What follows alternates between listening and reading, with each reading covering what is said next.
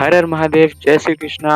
आज हम आपको ले चलेंगे भगवान श्री कृष्ण की नगरी द्वारिका और करेंगे द्वारकाधीश के दर्शन। साथ ही में हम करेंगे नागेश्वर ज्योतिर्लिंग के दर्शन और फिर हम द्वारिका से सोमनाथ की तरफ जाएंगे और वहां पर हम करेंगे भगवान शंकर के प्रथम ज्योतिर्लिंग सोमनाथ के दर्शन।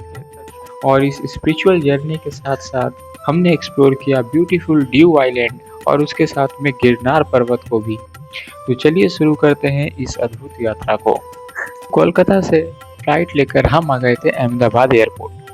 अहमदाबाद एयरपोर्ट आते ही हमने सबसे पहले कैब बुक किया जो हमें जीएसआरटीसी की बस स्टैंड पे ड्रॉप किया। जीएसआरटीसी की बस स्टैंड से आपको गुजरात के काफ़ी जगहों की बसेस देखने को मिलेंगी। आप यहाँ से अहमदाबाद, जामनगर, राजकोट, द्वारका, सोमनाथ, आपको हर जगह की बस यहाँ से देखने को मिलेगी।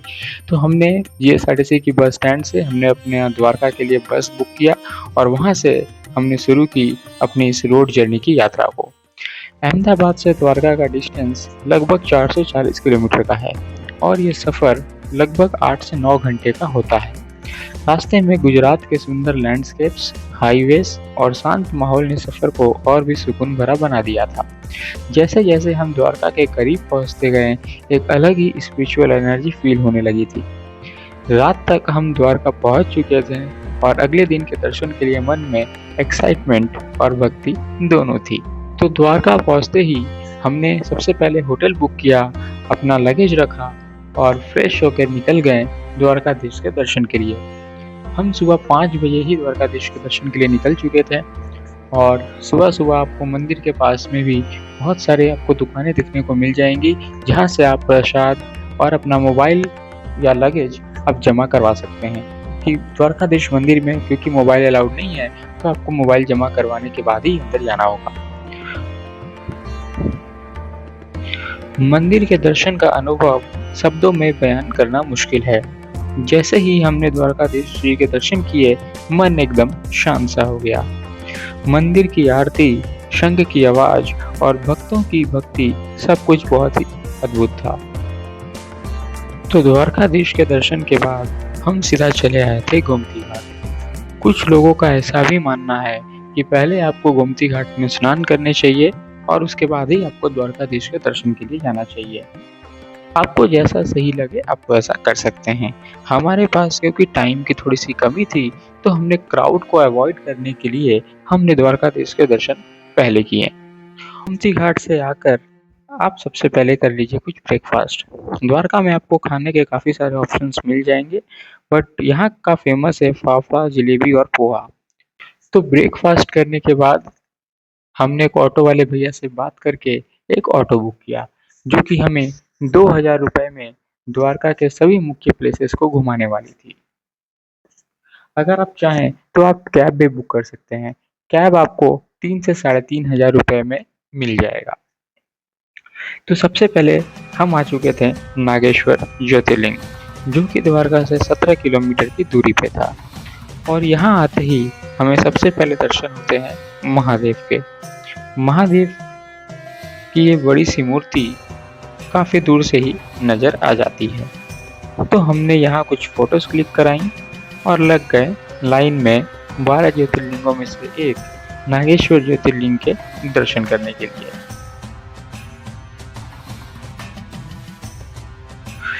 तो लगभग 30 मिनट के अंदर हम आ चुके थे महादेव के एकदम करीब और अगले 10 से 15 मिनट में हमने दर्शन कर लिए। अगर आप महादेव पे, नागेश्वर ज्योतिर्लिंग पे आप जल चढ़ाना चाहते हैं तो यहाँ आपको 500 रुपये का टिकट देना पड़ता है और फिर धोती पहनने के बाद ही आप गर्भगृह में एंटर कर सकते हैं। मंदिर के अंदर ही आपको माँ पार्वती के भी दर्शन हो जाएंगे क्योंकि जहाँ शिव रहते हैं वहाँ शक्ति भी जरूर रहती है। तो महादेव के दर्शन करने के बाद आप मंदिर में घूम सकते हैं।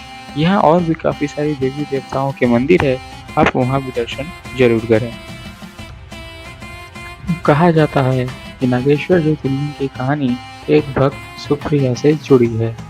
सुप्रिया एक शिव भक्त था जिसे एक राक्षस दारुका ने बंदी बना लिया था।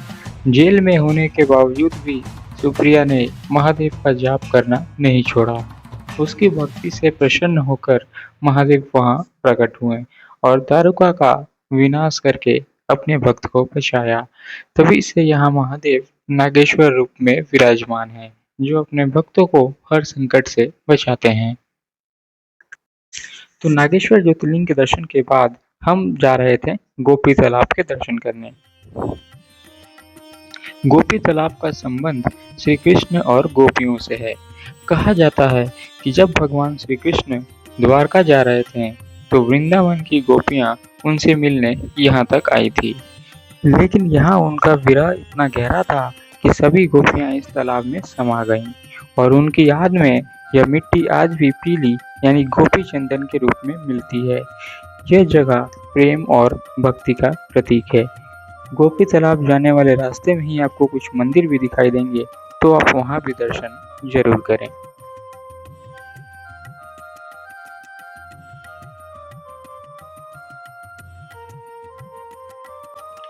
तो अब आगे हम निकल चुके थे बेट द्वारका की तरफ। बेट द्वारका एक आइलैंड है। यहाँ हम गए थे सुदर्शन सेतु से होते हुए और यह पुल काफी खूबसूरत है।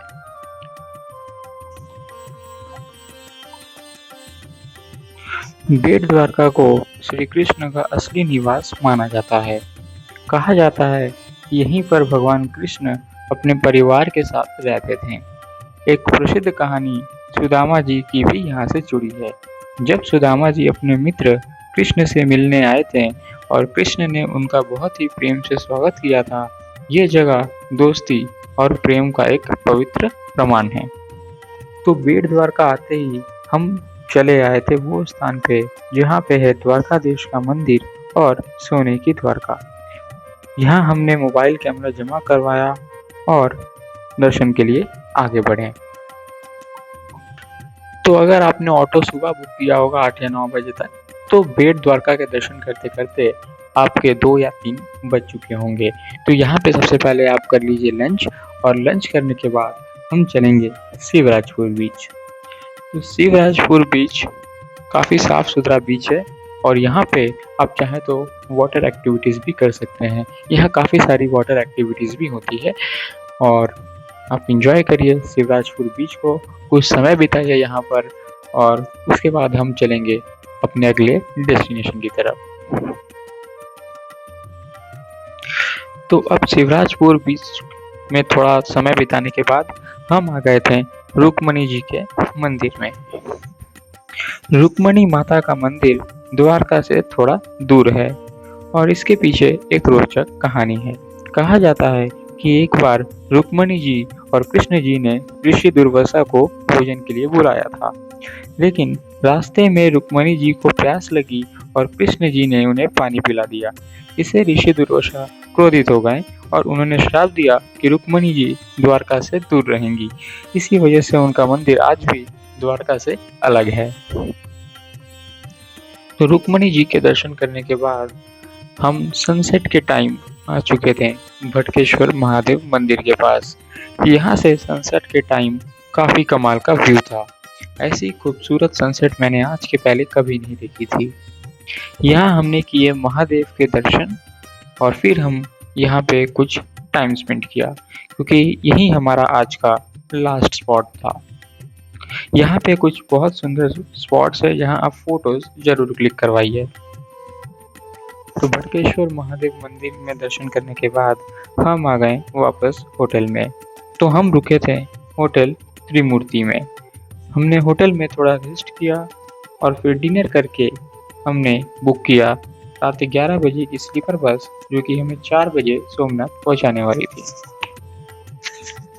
तो रात भर के सफर के बाद सुबह सुबह हम पहुंच चुके थे सोमनाथ। सोमनाथ पहुंचते ही सबसे पहले हमने होटल बुक किया, थोड़ा फ्रेश हुए और बिना टाइम वेस्ट किए निकल पड़े दर्शन के लिए। तो सबसे पहले हम आ गए थे पुराने सोमनाथ मंदिर, जिसको अहिल्याबाई होलकर ने बनाया था। यह मंदिर सोमनाथ के पुराने इतिहास का एक जीवित प्रमाण है। कहा जाता है कि असली सोमनाथ मंदिर कई बार तोड़ा गया और हर बार भक्तों की आस्था ने इसे फिर से खड़ा किया।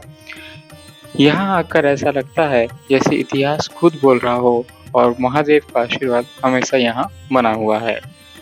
तो पुराना सोमनाथ मंदिर में दर्शन करने के बाद हम आ चुके थे सोमनाथ ज्योतिर्लिंग पे।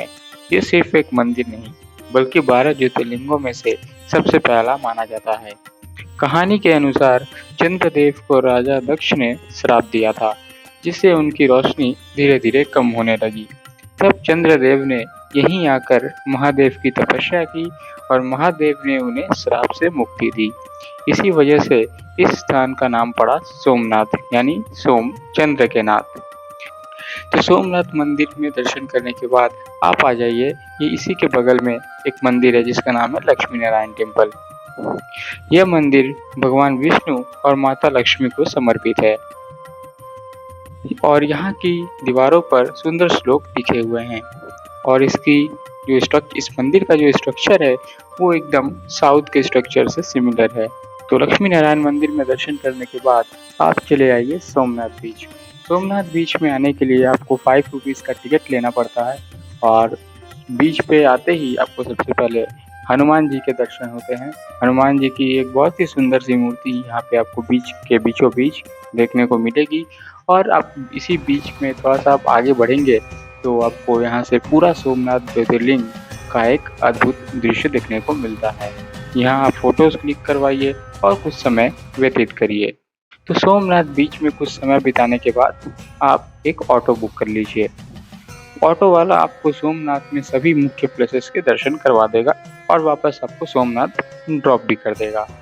तो ऑटो बुक करके हम आ गए सबसे पहले भालका तीर्थ। ये वही स्थान माना जाता है जहां भगवान श्री कृष्ण को एक शिकारी ने गलती से बाण मारा था।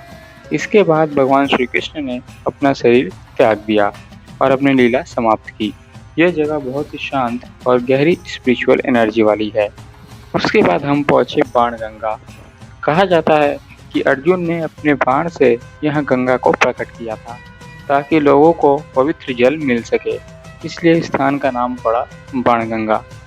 बाणगंगा में आपको 2 बड़े बड़े शिवलिंग देखने को मिलेंगे और माना जाता है कि ये दोनों ही शिवलिंग स्वयंभू हैं।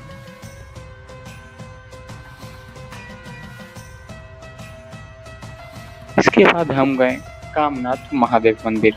यह मंदिर महादेव को समर्पित है और कहा जाता है कि यहाँ सच्चे मन से मानी गई इच्छा जरूर पूरी होती है, इसीलिए इसे कामनाथ महादेव कहा जाता है। फिर हमने विजिट किया सूर्य टेम्पल सोमनाथ। यह प्राचीन मंदिर सूर्य देव को समर्पित है और यहाँ सूर्य की पूजा का एक अलग ही महत्व है। पुराने समय में सूर्य को जीवन का मूल माना जाता था और यह मंदिर उसी श्रद्धा का प्रतीक है। इसके बाद हम गए पंच पांडव गुफा। कहा जाता है कि पांडवों ने अपने वनवास के दौरान यहाँ तपस्या की थी। ये छोटी सी गुफा लेकिन बहुत ही पवित्र मानी जाती है। इसके बाद हम आ गए थे त्रिवेणी संगम। ये वही स्थान है जहाँ 3 पवित्र नदियों का संगम होता है, किरण, कपिला और सरस्वती। यहाँ स्नान करना बहुत ही पवित्र माना जाता है और अगर आपके पास समय हो तो आप यहाँ स्नान जरूर करें और लोग अपने पापों से मुक्ति के लिए भी यहाँ आते हैं। और उसके बाद फाइनली हम पहुँचे गोलोक धाम। कहा जाता है कि ये वही स्थान है जहाँ भगवान श्री कृष्ण का अंतिम संस्कार हुआ था। यह जगह हमें जीवन और मृत्यु के सच को समझाती है और एक गहरा स्पिरिचुअल अनुभव भी देती है। तो पूरा दिन इन पवित्र स्थानों को एक्सप्लोर करते हुए निकल गया और समय का पता ही नहीं चला। सोमनाथ सिर्फ एक जगह नहीं है, यह एक ऐसा अनुभव है जो आपको अंदर से बदल देता है। यहाँ आकर बस एक ही एहसास होता है, हर हर महादेव।